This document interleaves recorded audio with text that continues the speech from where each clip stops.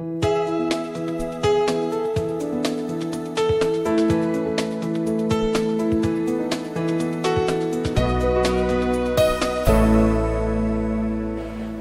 and thank you for joining us this evening for this very exciting and momentous event. Tonight, the Taylor Leadership Institute will introduce to the UNF community the first annual Taylor Talks. Taylor Talks highlight leaders who demonstrate a high capacity to make a difference in the lives of others. The 4 student leaders presenting tonight, as well as the 28 student leaders, some who are sitting here in the audience, have incredible stories to share with us here tonight. Each of the 32 student leaders demonstrate the ethical, values-based leadership needed to address the challenges life will present them, both personally and professionally. Tonight's presenters will give us a small glimpse into their transformational journey, sharing poignant insights into the very practical realities of becoming a leader, empowering each of us to scale our own mountaintops. Their presentations are only a snapshot of the 32 leadership journeys we have come to know and love here at the Taylor Leadership Institute. Each of their stories highlights the integral role that student affairs plays in their holistic development as productive citizens in our society. Here at the Taylor Leadership Institute, we are truly honored to present to UNF and the community the powerful stories of our student leaders. Please join me in welcoming to the stage Dr. John Frank, who will serve as tonight's MC.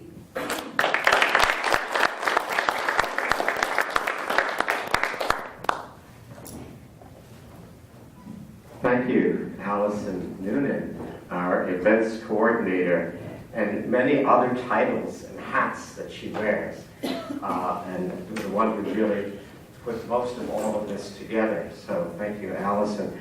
We also want to thank our Vice President, our Associate Vice President, Dr. Lucy Croft, for being here. And I know Lucy shared with me very recently how much she values this leadership program and how it's translating into all kinds of things, including even students pursuing degrees and graduate work in student affairs and higher ed. So I think it's important, and I know, and Dr. Brooks, who could not be here, we talked about this, and see, we kind of had a logistical problem. And we knew we wanted to do this, and then all of a sudden we thought there was an extra week or something, and then there wasn't. We were doing this 2 days after the capstones ended. Well, so we only got to base our choice, and I'll tell you how those choices were made so you don't misconstrue it, on the first 5, because we just did not have enough time. This is not like these are the best. They're all the best. These 4 were selected on the basis of the very difference of approaches to leadership. And so in essence, they're kind of vignettes, and they're not the full capstone, they're little pieces. Vignettes, you might think of them, of these leadership stories that are representative, that's the key word, that are representative of all of you. And I'm hoping that in some way you can say, yeah, that sounds like something part of my story, or at the same time, I'm different, and you all are very, very, very different. So without any further ado, I'm going to introduce our first speaker. And, it's interesting. Okay, Causer, give me an A+. I finally figured out how to say your name correctly. Causer, you said this, actually, I'm going to share this in your little post-capstone essay. You said, I've always been one to question myself, my values, my identity, my behaviors. Throughout my life, these aspects have been questioned by others, so I have to have answers to them. And she goes on to say, I'm forced to understand myself and think about how my actions correlate with who I am. We call that congruence of values and action. We call that authenticity. And so without any further ado, I bring to you Miss Causer Waduri, who is going to talk about, do we tolerate and do we engage? Did I get that right? Or do we engage? Or do we engage? Okay, Causer, if you would, please.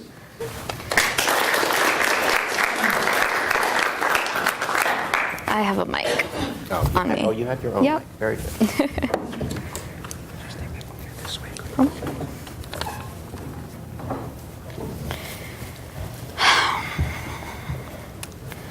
Identity. What is your identity based off of? Is it your interests? Is it your career? Is it your family? For me, it was my name. Do I have to use the mic? Or are you getting it? I have no idea right now. I'll use that. No, you have to leave that mic on. Leave this mic on? Yeah, that's for the Okay. video. I'll use this. That's the video, so you still have to use that. Okay. Cool, we'll start over. Identity. Is it based off of your family? Is it based off your race? Is it based off your passions? For me, it's based on my name. Hi, my name is Kauser. Like a bird says caw, and yes sir. Or, as another friend says, saucer with a K. Growing up, I was in a small town called Sebring, and there wasn't much diversity in this town. So especially after 9/11, I dealt with a lot of racism. I was called a terrorist. I was asked if I was Osama bin Laden's niece. I was asked if I was going to blow up the school. The whole range. People didn't understand my identity. My family was from Pakistan, not the Middle East. I identified as a Muslim, but being a Muslim wasn't what they thought it was. So it was really difficult as a young child growing up, trying to figure out who I was, and being surrounded by people who didn't understand, nor did they try to understand. Then my parents did the best thing they could for me. They moved me to Orlando. And I went to a great school where I met 3 amazing people, my 3 best friends. They understood my story, they supported me, and they were the ones that said, you need confidence, you need to know yourself, and you need to be able to present yourself. And so they gave me that phrase, like a bird says caw, and yes sir. That simple phrase changed my life. Because for the first time, I was able to introduce myself with confidence, with passion. I was able to know who I was because I had 3 people supporting me throughout everything that's happened in my life. They knew that I could do great things.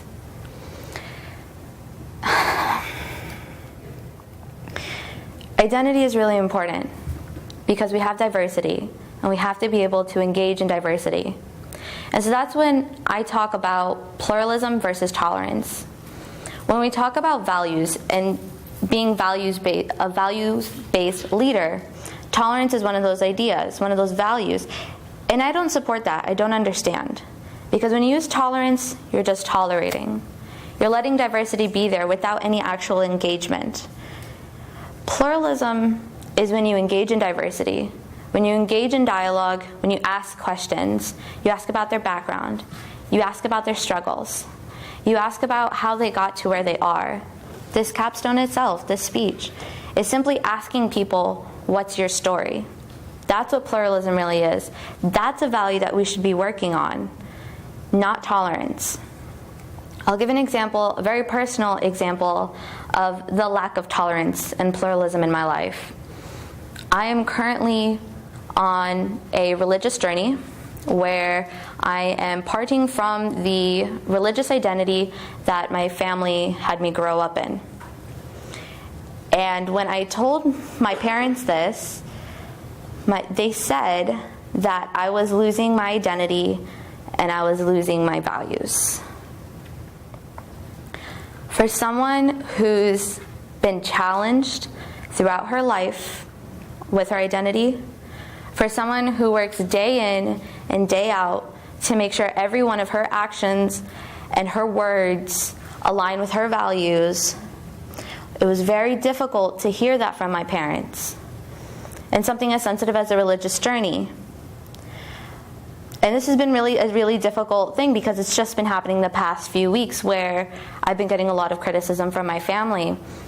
But then I come to UNF, I go to the Interfaith Center, I come to the leadership department. There are people, there are places that want to support you, that want to understand you. I recently met someone who has gone through so much difficulty in her identity, difficulty in diversity, no one being able to understand her. And we met, and we conversed. And we shared the difficulty that we went through, and I started to connect her to people on campus that may not have gone through the same things, but wanted to support her and who wanted to be there for her. And that's what pluralism is. We want to support each other. We want to engage in dialogue. We want to be there for each other and understand each other's stories and difficulties and hardships. We don't want to let diversity just sit in the background. We don't want it to just happen and it's just the face. No, we need to get to know their identity. We need to get to know what's going on and how do we make a better, more successful, more pluralistic society where we can support each other and engage in these great conversations where we had intergroup dialogue. We have courses like this that are made to engage in dialogue and diversity. So, all in all, I had to gain my identity. I had to gain my name. It wasn't an easy journey, and it isn't an easy journey now. But it's something that I'm working towards.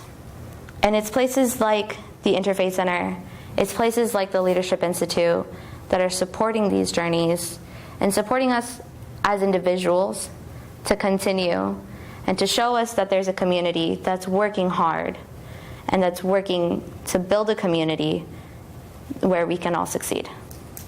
Thank you.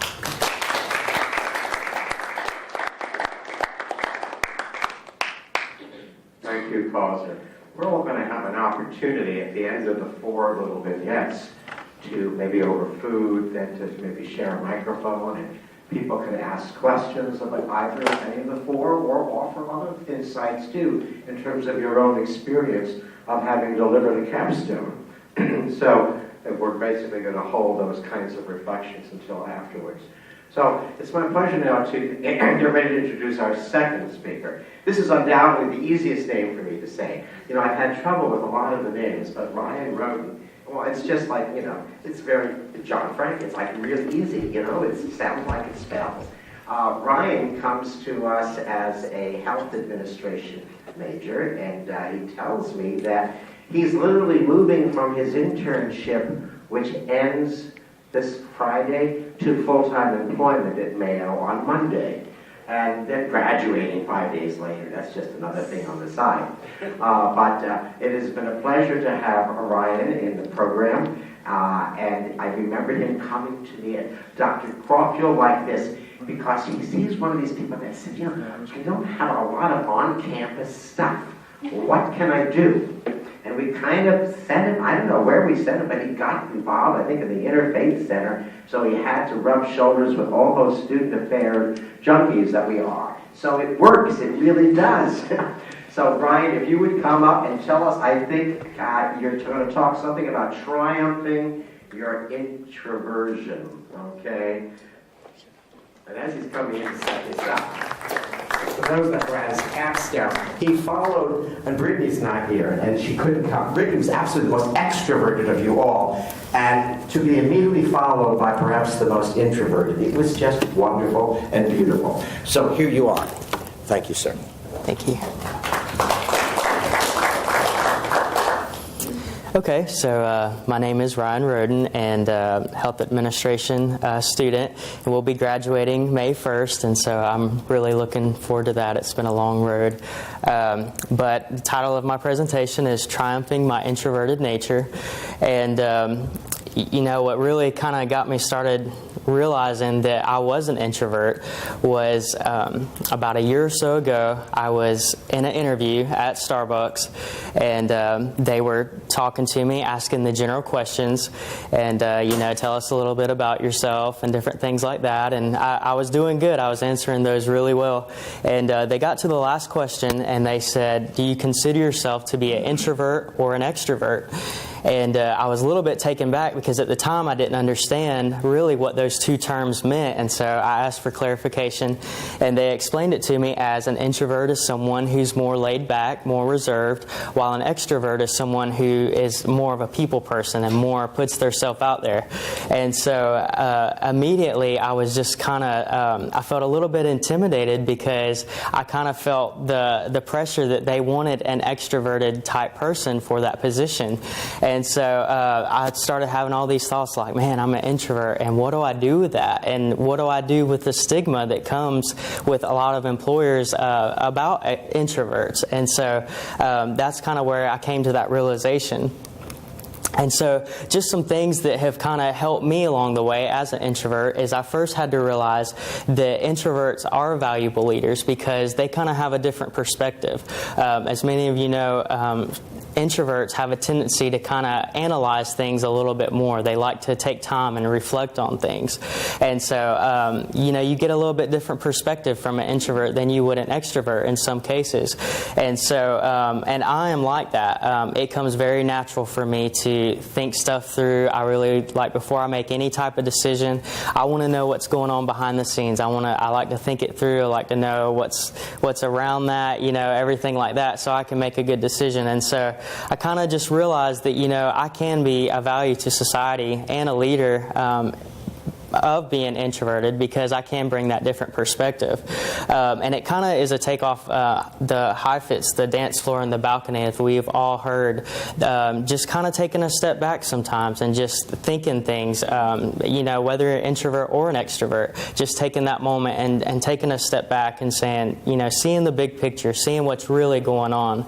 And so that's helped me along the way. Secondly, as an introvert, I've had to learn to push past my comfort zones. And I think everybody can relate to this in some form or some way, because we set boundaries for ourselves. We'll say, well, I'll do this, but if it's, if I have to get in front of people, then I'm not going to do that. That's too much. And I've had to learn, you have to kind of push past those boundaries sometimes, even if you do have an introverted nature. One example of this that that's really helped me is this semester I've had the opportunity to intern at Mayo Clinic, as Dr. Frank said, and it started in January and is ending this Friday. And the first day that I got there, they were given orientation, and they said, while you're here, we want you to scare yourself to death. And I was kind of taken back by that because I was thinking, man, I'm already scared to death, What more can I do to be more scared? And they began to explain that in this internship, they wanted you to put yourself out there more than you normally would. Do things that you normally wouldn't do. And so, like they said, if, nobody wants to give that presentation, step up to the plate and say, I'll give that presentation.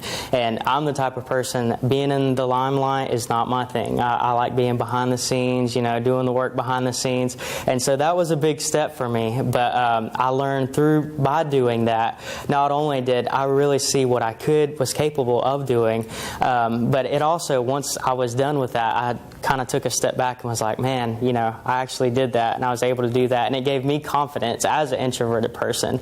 And so I've just had to learn to push past those comfort zones and really just work towards that.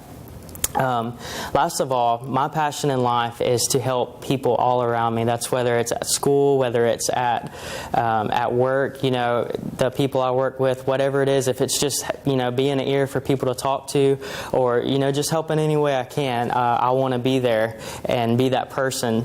And but I found, sometimes as an introvert, you kind of withhold yourself from doing certain things. But sometimes to help people, you have to put yourself out there. You have to kind of scare yourself, as I said. And it's kind of a takeoff this quote by Edmund Burke: "The only thing necessary for evil to triumph is for good men to do nothing." And so I've really just kind of stuck with that. If I don't take that step forward, and if I don't push past those comfort zones, am I potentially hurting somebody or not helping them? And being in the healthcare field, maybe if one day I have a great idea that could possibly save hundreds of lives, but if I'm, too afraid to get up in front of people and present that idea, how many, patients could I possibly not be helping? And so I've just really had to work at that, and to help people, I have to put myself out there. And so, in conclusion, it is possible to be a successful leader while having an introverted nature. There's many people in our society, a lot of celebrities, a lot of leaders in our country. I know Bill Gates he considers himself to be an introvert, and we all know he's very successful. So it is possible. And I think kind of a takeaway, whether introverted or extroverted, it's important to have a contagious passion that people can see and follow, because that's what makes us leaders, and that's what sets us apart. And the last thing is, I would say one thing that's really helped me is to know that it's a process. It's not going to happen overnight. There's some days, I've came home and I'm shaking my head because I didn't get it right, or I messed up in this, and so I've had to learn, it's a process, but by keep putting myself out there and keep working towards that, I've been able to do more and push past those zones, so to speak. And it's not only helped me to develop as a leader, but also to develop professionally as well. And so that's all I have. Thank you very much.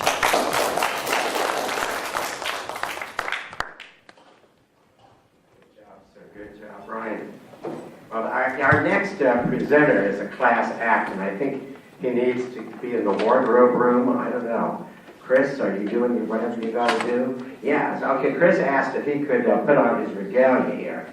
So, this is going to be a class act. I'm not sure exactly what he's going to do. But, I first met Chris Colapo. I got it right, John. Thank you. Colapo. I guess about a year and a half ago when he wandered into my office. And then after he left, Dr. Taylor, you would know, he came up to me and said, he's special. He's really tremendous guy. So I got the word from Dr. David Taylor. I always have to say David so people don't remember. She got married. And in fact, she's on her honeymoon in Italy right now. And she sends her best wishes to all of you, especially her students. In any case, yes, Christopher has been a real inspiration to us. We've seen him grow and blossom. What do you got there, dear God in heaven? I don't know. But in any case, he's going to come up here and he's going to talk about his title. He didn't want me to disclose the title. And as he's coming up here, I want you to know that his whole life has prepared him to do what he's going to do. And when I think of all the capstones, one of the things that stands out in my mind is that this gentleman knows what he's going to do, and it comes out of his story. And he's a criminal justice major, and we're so proud of him, so it's my pleasure to introduce to you Mr. Christopher Colapo.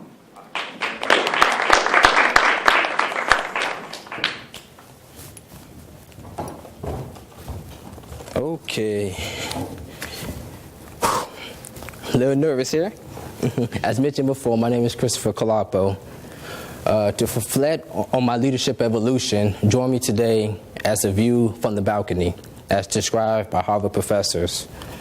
I graduated from University of North Florida with a bachelor's in criminal justice and a minor in community leadership. My passion is working with young people and troublesome students. Because of my UNF credentials and my leadership experience, I will be able to begin a career within the Florida Department of Children and Families, working as a child protective investigator. From this perspective, on reflecting on my life, I owe my success to those who have influenced me and has guided me throughout this journey. Northouse described the powerful influence of leader role models. Growing up in the formative years of my elementary and middle school, I was able to look up to my two older brothers, ages 38, 29. My brothers were my role models. They were my father figure. They were my brothers, my role models, and as well as my father figures. I was able to look up to them. Whatever they did, I wanted to do.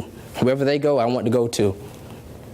The times when they come back home and tell Mom I passed the test, I wanted to go to school, pass the test, but I failed a lot in life. The Globe study of 62 culture and cluster and leadership is described by the importance of building relationships through culture. My father's from Nigeria. Excuse me. My father's from Nigeria, and as of today, he's the center director of a Job Corps Center, which is a program to allow troublesome students to go back to school, get another chance of life, to receive a traits of leadership, trade, so they can be prepared for the next generation. My mother, who's from Jacksonville, her and my grandmother were my servant leaders in my life. Throughout my life, I have failed a lot. Growing up in the formative years, I've had a speech impediment, better known as stuttering. There was a point in my life to where I couldn't say one sentence without stuttering. I was teased, I was laughed at as a kid because I couldn't speak proper. I was told that I would never be able to talk in front of a crowd. I was told that I would never be able to say a sentence without stuttering. Well, as of today, I'm talking in front of you all, and I'm doing quite well, I think. So all of those were liars, just full of lies. But as a leader, I failed, and I've overcame that so I can become the successful leader that I am today. As mentioned before, I failed a lot.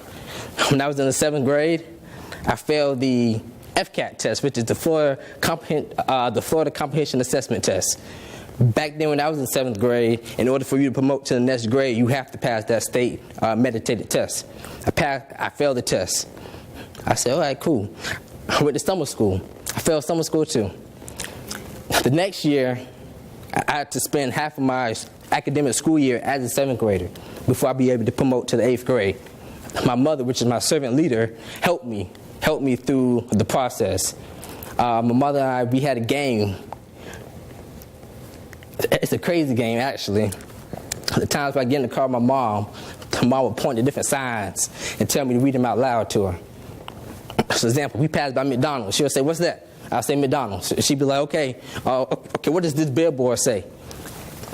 I'll say whatever it said. That experience at the time was a transactional experience.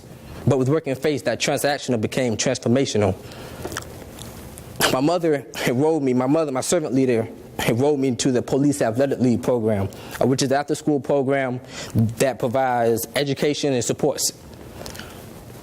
The role models there were all police officers. Those police officers influenced me, they guided me, they directed me in the way to where I can pursue a career within the criminal justice system. I took that knowledge and I have brought it to me now. I graduated from Sandwood High School here in Jacksonville. I failed a lot in life. My senior year in high school, I was told, Chris, man, you gotta take the SAT. I said, SAT? Man, I took the SAT, I ain't do high enough. I took the ACT, I barely made it to where I could walk across the stage and graduate. I graduated with a little over a 2.0, but I made it. As leaders, we fail, we have to overcome those, and we have to become a better person. Once I graduated from high school, I told myself I'm going to join the Marine Corps. Once I did my ASVAB test, I did my physical test, I went home and told my family I would join the Marine Corps. My family told me no. I said, why not? I was told you need to go to college. At that time, I thought I wasn't college material, but I wasn't passing. I wasn't passing the middle school. I ain't passing the high school. I think I'm passing in college. I looked past that. I said, okay, cool. I enrolled into Florida State College, Jacksonville. I went there. I failed there too. A couple weeks ago when I gave my capstone, Dr. Frank had my college transcripts on the desk. I looked down and the first 3 letters that I saw was DDW. As of today, I look at me now, as far as the experience that I've went through, the process that I had to teach myself on how to study to prepare for the future.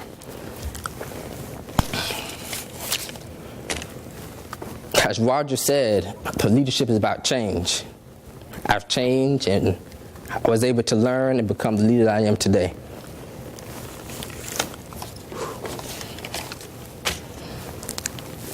Man, I failed a lot in life. I really have. I was able to attend a TED Talk a couple semesters ago, and the Honorable Judge Angela Cox was there, and she gave a speech. I was inspiring. I was shocked based on her life story and what she went through and how she became who she is today. I was able to go to court and shadow her. That experience was life-changing. I was able to talk to her in person. I was able to email her back and forth, call her, get in contact with her. That experience helped me within the criminal justice system. I was able to do an internship with the state attorney's office. That internship led to another internship at the public defender's office. That 3-month internship at the Public Defender's Office led to a job. I've been employed by the Public Defender's Office for a year and a half now. I'm working with troublesome youth, guiding them, giving them that feedback that they need. As mentioned before, my title is The View from the Balcony. And sometimes you got to get down low to help others. You have to look up high, have to get down low, and others can be inspired also.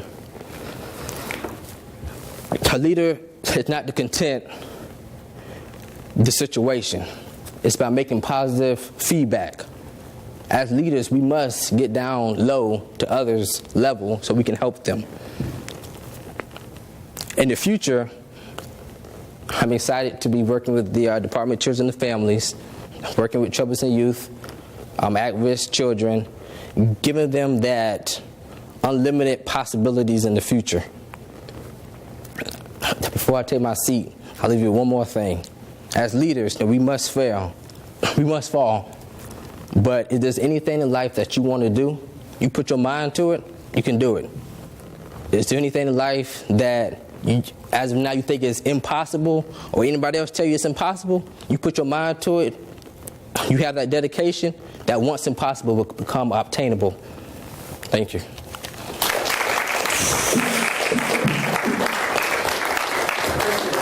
Tell us what all this. Oh, sure. I'm sorry. Sure. But throughout my leadership role here on campus at UNF, as mentioned before, I failed a lot in life. But I was able to bring that failure up within my academics and be able to graduate with honors. So this is the honors cord. But through my leadership role, I've been the vice president for the Student Criminal Justice Association here on campus. So as an officer, I get 3 cords. I'm also an active member of the Alpha Phi Sigma, which is a criminal justice honor society. There's hundreds of criminal justice students. Only 35 people were selected. So that's what this is for. And this is just the Criminal Justice Honor Society medallion and the medal. So.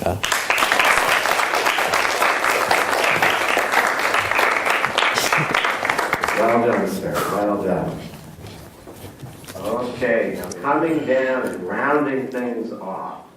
And this was absolutely the hardest thing for me to learn. But once I got it, and she's laughing. It's all a question of phonetics, where do you put the accent.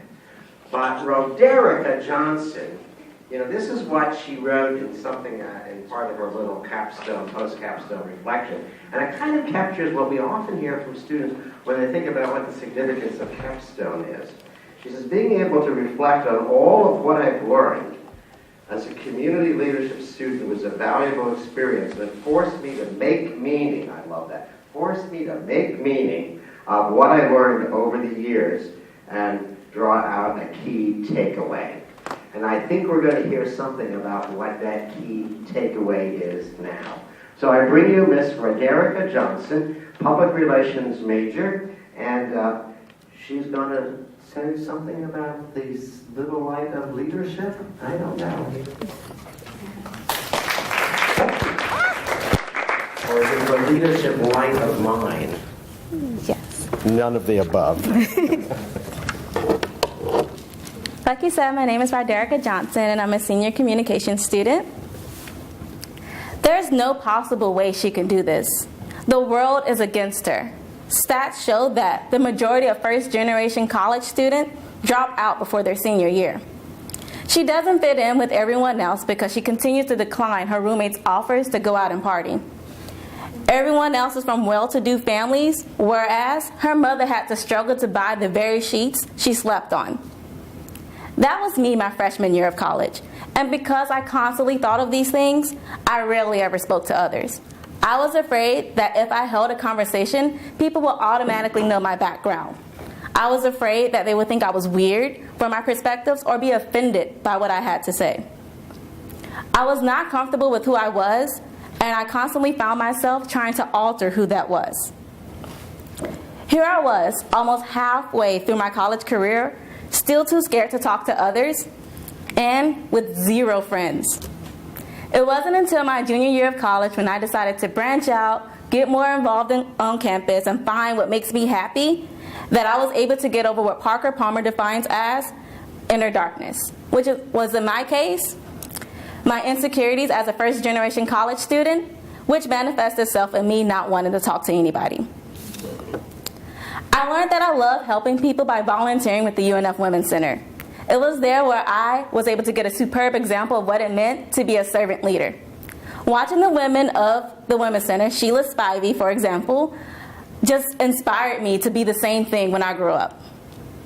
I overcame my fear of speaking to others through my involvement with a campus ministry known as Resolutions. It was there where others constantly spoke life into me, telling me that not only did God want to hear what I had to say, but my peers as well. I found value in being a relationship-oriented leader through a leadership experience I had in a campus club. Prior to that experience, I found being a relationship-oriented leader as being weak. Therefore, I tried to alter what felt natural to me. Most importantly, in my junior year of college, I found myself. I became comfortable with who I was as a person and what I had to say. I no longer strive to alter myself to suit what others believe I should be. Instead, I delighted in who I naturally was. Someone who loved giving a helping hand, who wanted to make an impact in the community, laughed at every joke possible, loved meeting new people and learning about different cultures, and who you could possibly catch randomly dancing throughout the day. I didn't know it at the time, but I was setting the stage for me to become a more authentic leader and therefore a more effective leader. So effective that others in my campus ministry began to seek out me, the same girl that was afraid to speak her mind, for advice on various topics. Looking back, I realized the significance of what I went through in life and what I've learned through those experiences. I was able to make sense of these experiences by applying what I learned in the curriculum as a leadership minor and draw a single conclusion. I did not grow up in low socioeconomic area so I can carry that weight on my shoulders for the rest of my life. I did not work hard to get in college so I can be afraid to interact with my peers or afraid of flunking out. Rather, these experiences were placed in my life so I can overcome them and inspire others to do the same. Everyone has something they struggle with in life, and my goal in life is to help others overcome their inner darkness so that I may be able to cast light into the world. Being able to do this will give me the greatest fulfillment in life, one that I encourage you all to find out how you can achieve. Boldly be who you are and be comfortable with whoever that may be. It is because I was able to find out who I am that I was able to grow from the shy, timid, and I mean timid, young girl I was as a freshman to the confident woman I am today, with a clear direction of where I'm headed ultimately and a determination to impact the lives of others. Thank you.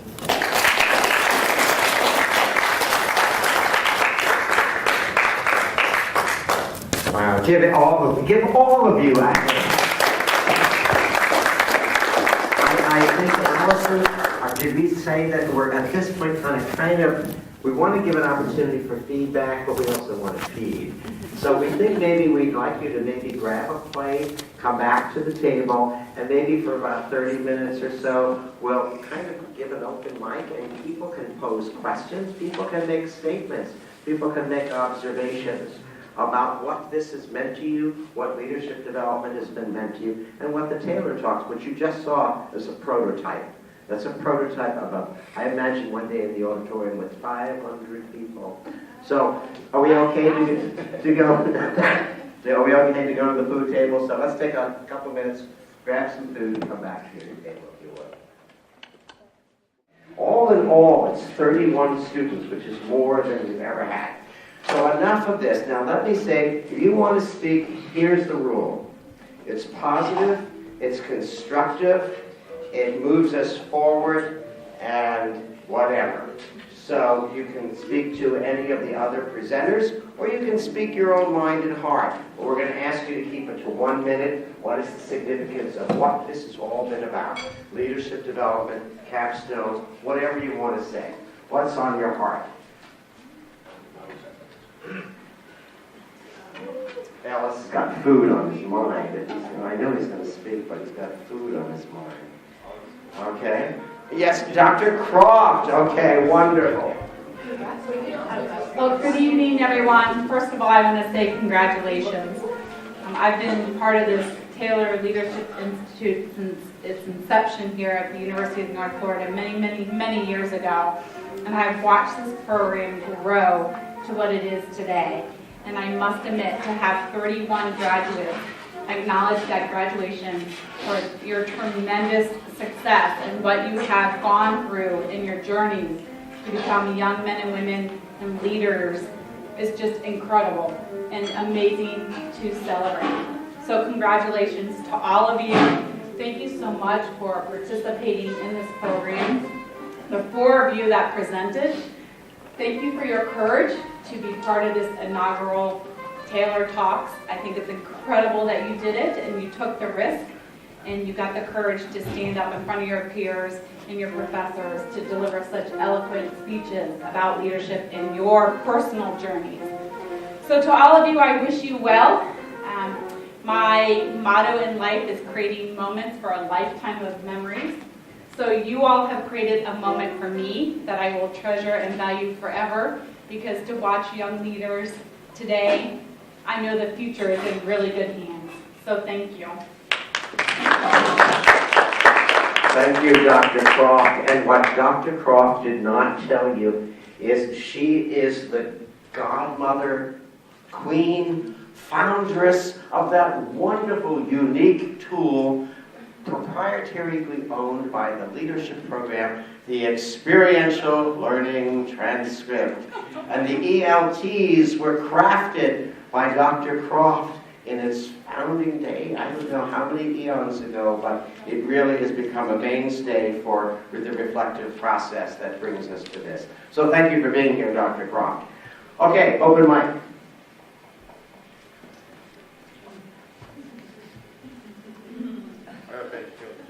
Ms. Chewy, you all have so much to say.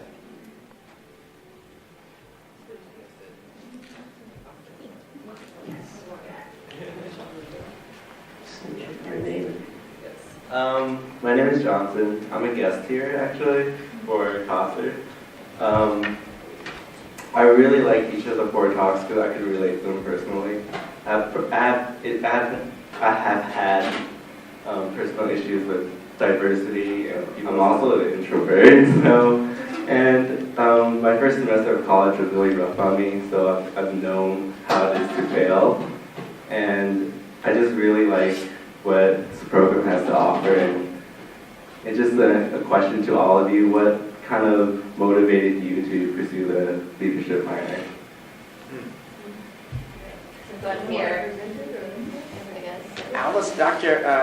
Allison has a microphone too, so you all can just kind of self-regulate these microphones, maybe. Okay. So what motivated me to go for the leadership minor? I've personally kind of been a leader amongst my friends when I was growing up in middle school and high school. In high school, I had leadership positions in band or in our volunteering club. So I felt like leadership was really important, but I didn't realize how important it was until it was my senior year, and I had some space for leadership elective, and I was like, you know what, let's go for this. I took all the 3 leadership classes at the same time, and then took the practicum this semester, and I realized how important it is to be reflective, and how important it is to know yourself and know your surroundings, knowing the people that you're with, to really make social change and to have a well-functioning, effective team. So leadership was really kind of a way to better myself and better the way that I would interact with other people and lead a team. So. Hello. I don't have a deep reason like Foster. I honestly joined the minor at first because I needed more classes and like the credits. But then it turned into one of the most rewarding experiences of my life. So, like I said, it really just forced me to self-reflect on my college experience and what I've learned from it, good and bad, and I'm really grateful for it. My name is Elsra, and I got the minor because I'm an economics major, and I didn't like accounting. So I switched to College of Arts and Sciences, and they said, hey, you need a minor. So I'm like, okay, leadership. I'm already good at that. But apparently, I'm not that great at it, relative to the rest of my peers. But it did help me to exemplify and kind of funnel in and focus what I knew I should be as a leader.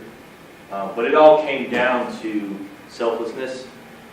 That's always taught in the Marine Corps and the military in general, is selflessness. And if you don't have any of that, if you care about yourself and only yourself, you're A, going to get people killed ultimately, and B, you're not going to be successful because that's going to reflect on yourself.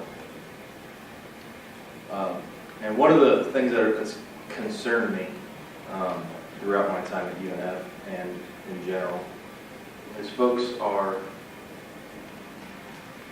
too self-absorbed to realize their surroundings and pay attention to the surroundings, and then they wonder why their daughter is getting raped on a beach. I say that because it's just one of my concerns, and if people cared more about each other and they cared less about themselves, that kind of stuff would not happen. That's my take on it. Kill people. I can't work for that either. My name is Carrie Whitmire, for those who don't know me. I'm a sociology major. I'm actually double minoring in political science and community leadership. Well, the reason why I chose a leadership minor or pursued a leadership minor was because of Dr. David's intro to leadership class. She's really, really wonderful, and her class was really inspiring to me, and she's the one who talked about leadership minor because I didn't even know UNF offered excuse me, that minor. So that's why I pursued it, and also because I had extra credits to get. But I just wanted to comment on just this whole capstone process. I guess I kind of wish I had this opportunity to get to know the stories of all of my classmates, because each and every one of the capstones that I've heard has been truly inspiring, and it really just eye-opening, I guess is a great way to put it, because, I sit in class next to some of you, every week, and never in a million years would I think that, each and every one of you has gone through something, so emotional or some hardships and stuff. So I really have enjoyed this whole process and opportunity, and I really appreciate you guys all sharing your stories, because truly, they have all been extremely inspiring to me. So, thanks. Anybody else? Dr. Frank, I just like to jump out of airplanes, but Chris and I are going to go over the summer, so maybe you can join us. No? I'll take that as a no. Hi, my name is James Flanagan, double major in business management, transportation logistics, and a minor in international business and community leadership. I know it was a mouthful, but I figured I'd introduce myself since John Frank called me out. So, but yes, like Carrie was saying, having the opportunity to hear everybody's individual stories and learning about you guys on a deeper level has been pretty eye-opening and great to hear. I enjoyed the ones that I went to, and I wish that I got to get more as well. But overall, I chose the leadership minor because I wanted to make myself a better manager, because I'm a business management major.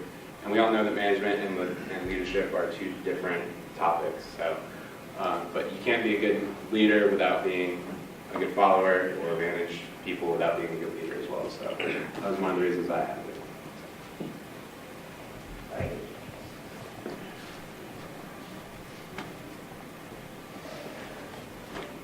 Anybody else?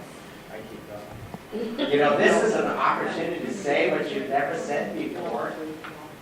You're not going to see each other again in this setting, at least. And that's fine.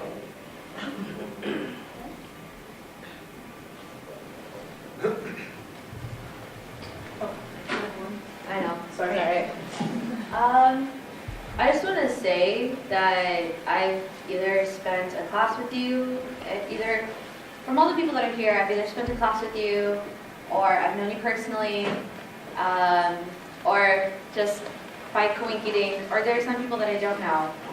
But you guys are all going to great places. The fact that, you know, you take the time to take these classes, and a lot of people, personally, I've experienced people say that, like, oh, why are you getting a leadership minor? Isn't it like common sense? Or doesn't it just come natural? And the minor says something different.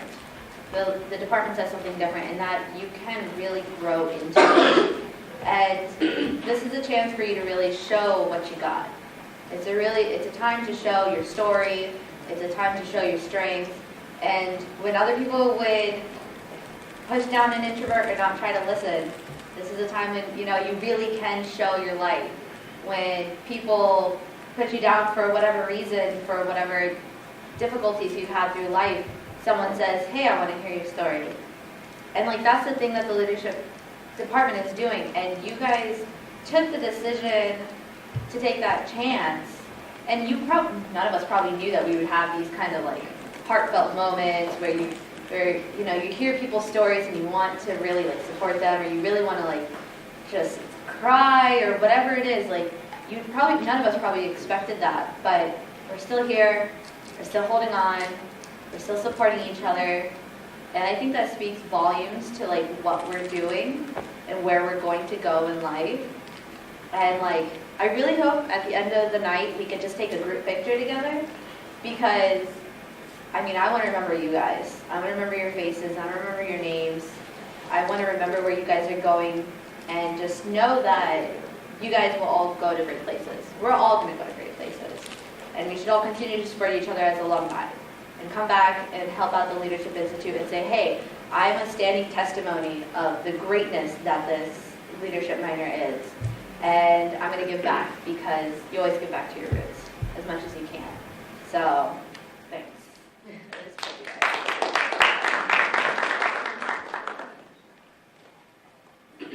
Anybody else?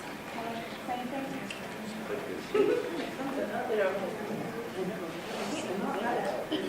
Okay, guys, we want to thank you all for coming out tonight, and we want to thank you for taking part in this journey.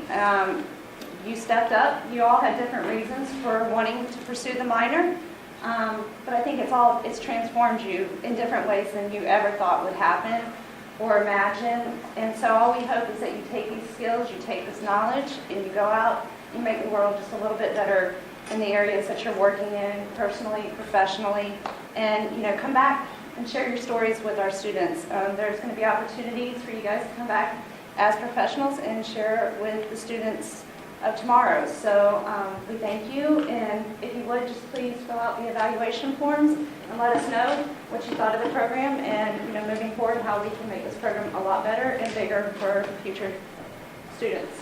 Can we get a picture? Sure. Yeah. Maybe let's do that before we go out.